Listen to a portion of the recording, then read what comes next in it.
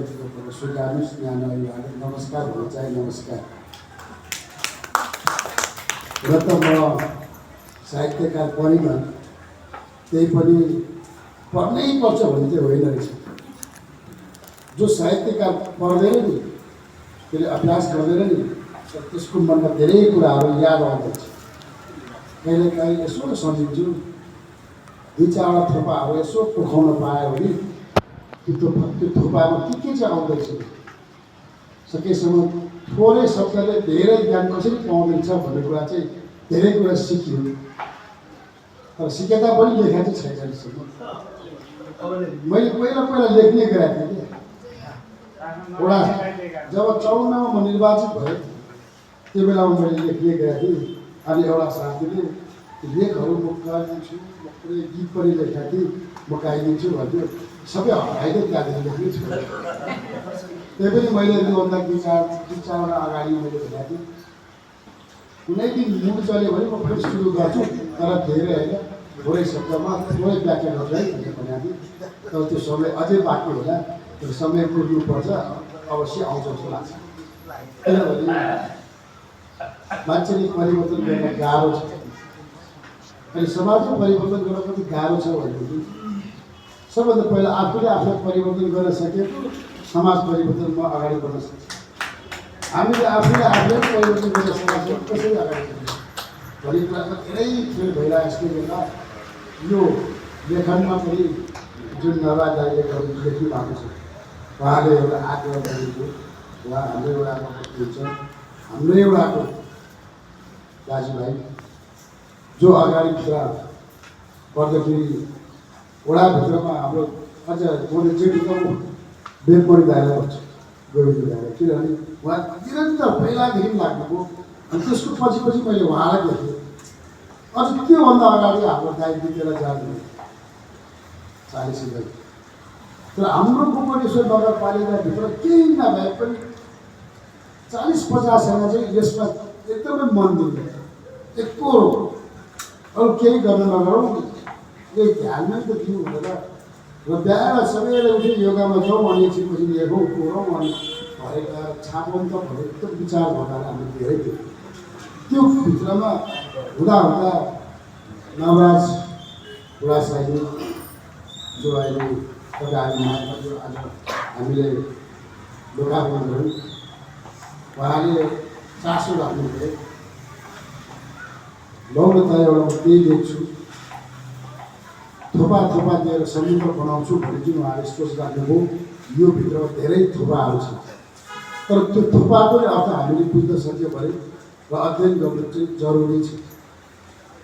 किनभने त्यो जति अध्ययन गर्दै गयो अनि तपाईँ हाम्रो मनमा त्यसको ठ्याक्कै अपोजिट अब मैले के लेख्नु त उहाँले त यस्तो शब्दहरू उजागर गर्ने मैले कुन चाहिँ शब्द उजागर गर्न सक्छु होला भने हामीलाई जति लाग्छ नि त्यो अगाडि बढ्छ भन्ने चाहिँ मैले आफै मनमा लिएको छु।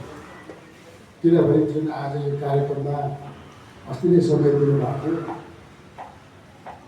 अर्को कार्यक्रममा थिएँ त्यहाँबाट घरमा मात्रै आएर बसेको थिएँ। अब अल्छी लाग्यो कहाँ जानु भनेर बसिरहेको थिएँ। दाइले फोन गरिहाल्नु बाहिर यसो पानी परिरहेको त्यही पनि अब त दाइले बोलाएर चाहिँ नआउनु भएन भनेर चुल्ले उयो जानुपर्छ खाली हुने पनि हिँड्नुपर्छ भनेर बानी चाहिँ छ। तर कहिलेकाहीँ बाध्यताले भ्याउँदैन रहेछ। कतिपय कार्यक्रममा भ्याएको पनि छैन। यस्तै यही साहित्यको कार्यक्रम नभएको हुनाले कतिपय कार्यक्रम रिसाउनु होला त्यो बेलामा उपस्थित हुन सकेन।